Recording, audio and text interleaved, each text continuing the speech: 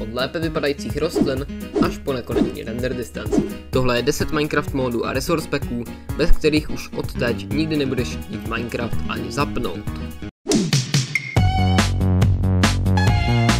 A začínáme rovnou módem jménem Better F3, který vám zajistí, že se vám už nikdy nestane, že budete naprosto ztraceni ve všech těchto zbytečných údajích, když vám celou dobu jde jen o to, abyste se podívali na vaše souřadnice.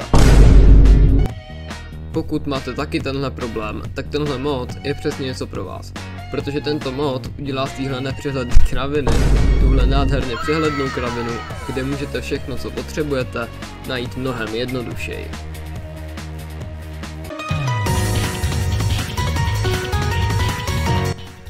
Všichni se asi shodneme na tom, že nás pěkně štve textura rostlin.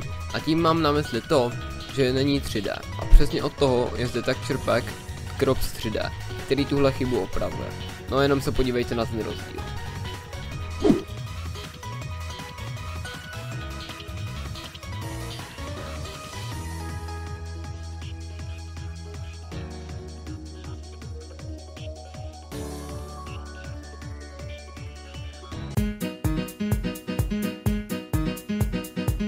Jako další je tady mod Sound Physics Remastered, který vám jednoduše udělá o dost realističtější zvuky, no jenom si to sami poslechněte.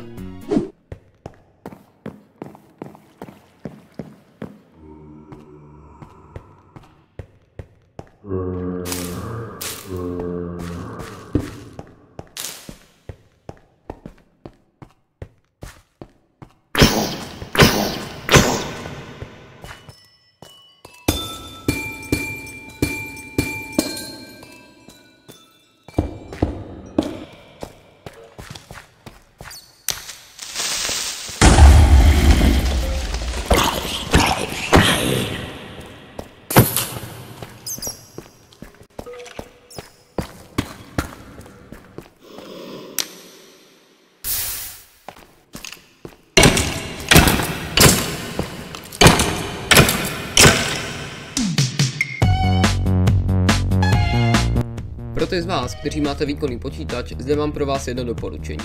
Používejte shadery. Ne jako fakt, hraní se shadery sice žere hodně FPS, ale hraje pak o dost větší zážitek. Jenom se podívejte, o jak moc vypadá Minecraft lépe se shadery než bez nich.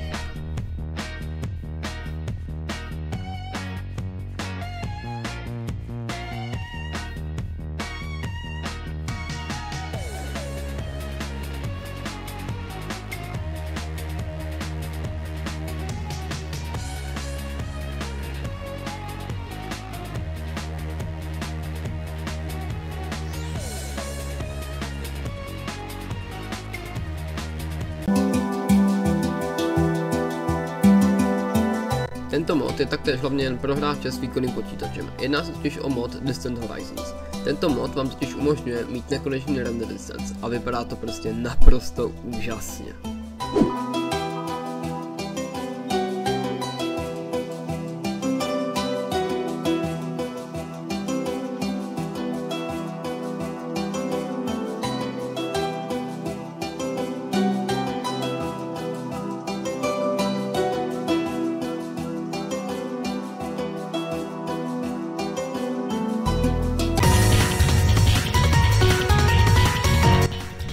Tento mod vám vaši hru vylepší tím, že rozvylepší generaci světa. Například přidá tyhle masivní.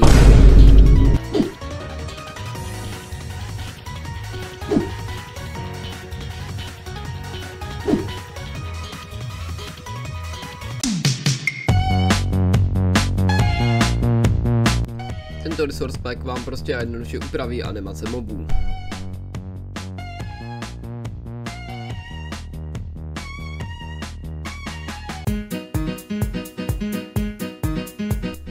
A tenhle mod vám zase pro změnu do hry přidá nové animace.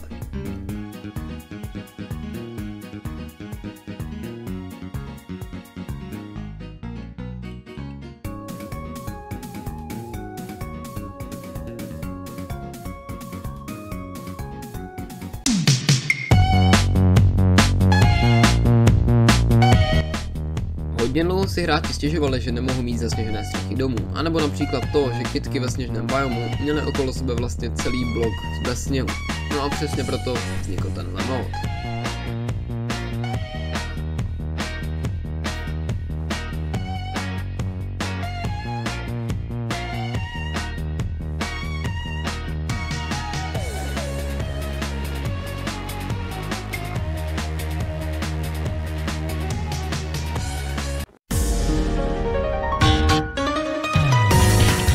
Na závěr zde máme texture pack, který jednoduše přidá navíc texturu listů.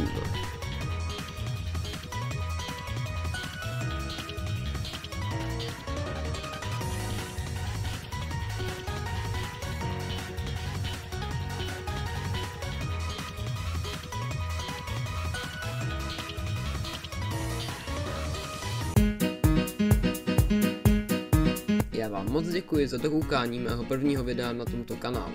Určitě nezapomeňte nahodit like a odběr, protože se budu snažit vydávat co nejlepší videa z Minecraftu. A to už je z dnešního videa všechno.